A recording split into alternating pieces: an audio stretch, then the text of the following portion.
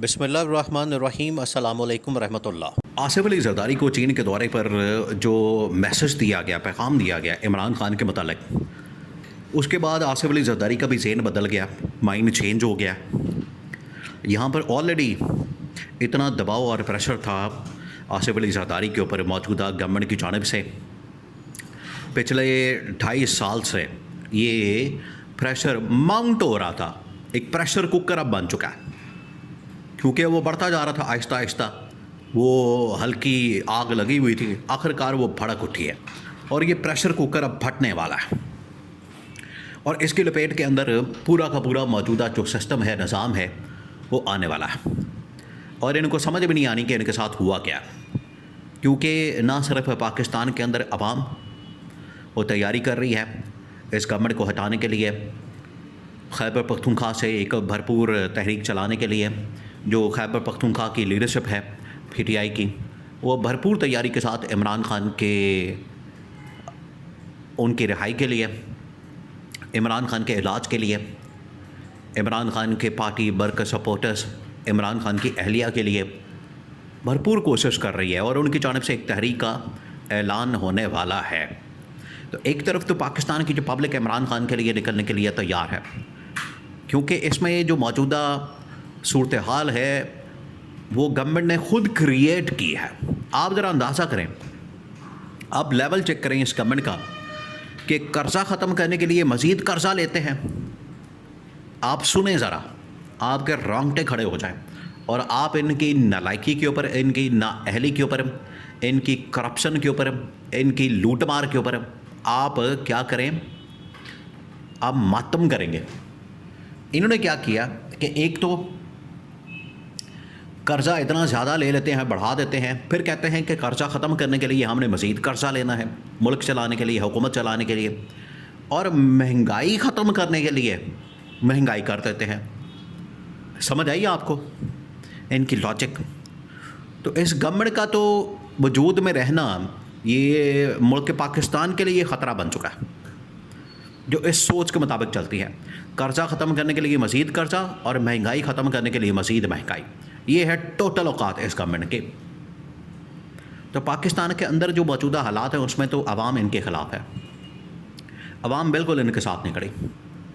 अब जो इंटरनेशनल ताकतें एक एक करके इनके ख़िलाफ़ हो रही हैं, ये जो पिछला तकरीबन कोई हफ़्ता 10 दिन 15 दिन इन्होंने जो फ़िल्म चलाई पाकिस्तान के अंदर कि हम डील करवा रहे हैं, हम अमेरिका ईरान की दोस्ती करवा रहे हैं, हमने एग्रीमेंट करवा दिया है, हमने बिठा दिया है, हमने ये कर दिया है, वो कर दिया है, हमने वर्ल्ड कप फ़तह कर लिया है, हमने कश्मीर फ़तह कर लिया है, हमने फ़लस्तीन आज़ाद कर दिया है। इस तरह के दावे आपने सुने हैं। निकला क्या उसमें से? एक राउंड हुआ, उसके बाद ना अमेरिका आया ना ईरान आया। ईरान ने भी अदम एतमाद कर दिया, अमेरिका ने भी अदम एतमाद कर दिया। क्यों? क्योंकि ये बीच में अपना लुच ताल रहे थे। ये जो शरीफ ख़ानदान, जरदारी, आसिफ जरदारी बीच में अपने लेजिटिमेसी हासिल करने की भाग दौड़ लगी हुई थी। ये थे बड़ी प्रॉब्लम, जो कि ईरान भी इस वजह से तंग पड़ गया, अमेरिका भी इस वजह से तंग पड़ गया। उन्होंने कहा बोरिया बिस्तर लपेटो और यहाँ से निकलो, इससे पहले कि मज़ीद हमें आपस में लड़वा दें।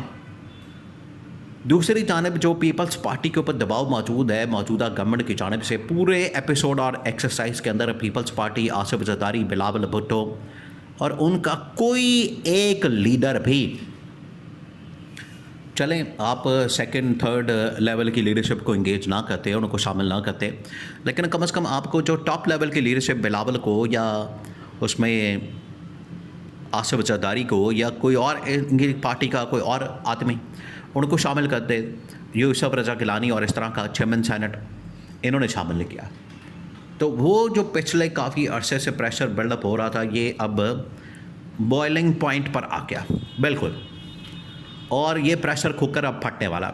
चीन ने तो दो टुक अंदाज में कह दिया, आप आए हैं अब, क्योंकि आसिफ जरदारी ने जाके कहा कि आसिफ जरदारी ने असल में चीन से गारंटी मांगी है 2 चीज़ों के ऊपर।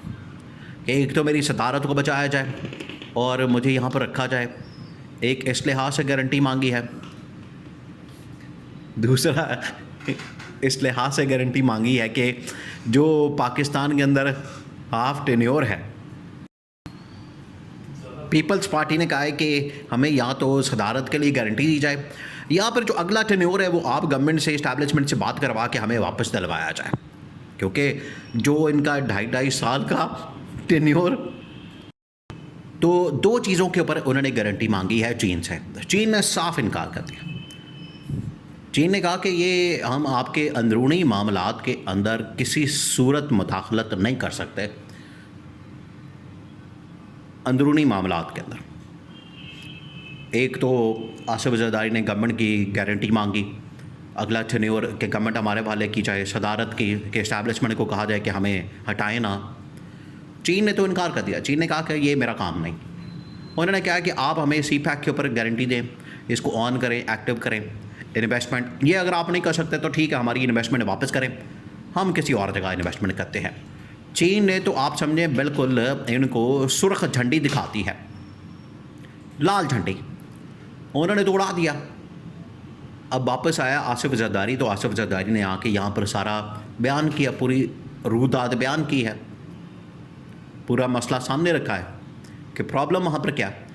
तो जो चीन और UAE पहले नाराज़ कर चुके हैं, UAE ने $3.5 अरब मांगा और मांगने के ऊपर ये लोग गर्म हो गए, आग बगोला हो गए, गुस्से में आ गए कि आपने पैसे क्यों मांगे। भाई उसके पैसे हैं, वो 30 साल हो गए, 1996 के अंदर ये पैसे लिए।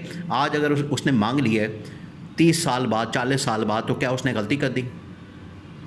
वो खुद उसके बेचारे वहाँ पर हालात बुरे हैं UAE के, तो UAE भी हाथ से निकल गया। चीन ने भी साफ इनकार कर दिया कि हमने भी नहीं पढ़ना इस मामले के अंदर। ईरान भी निकल गया, सऊदी अरब वैसे ही अब निकल गया। तो ये पाकिस्तान को इन लोगों ने आइसोलेट कर दिया।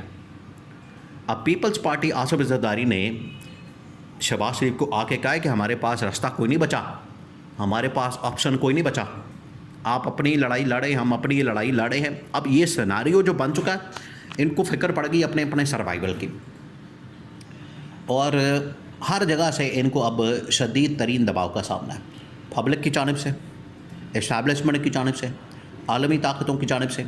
इमरान खान का दबाव अलहदा है इनके ऊपर। इमरान खान तो अंदर जेल में बैठा हुआ है, वो इनकी तरह अगर निकल जाता बाहर मुल्क से, इनकी तो मौजें लग जाती कि ठीक है इमरान खान भाग गया, दौड़ गया, और ये पूरा उसके ऊपर शोर मचाते हैं। लेकिन वो तो जेल में और ज़्यादा बंदा मजबूत और ताकतवर और पॉपुलर हो जाता है।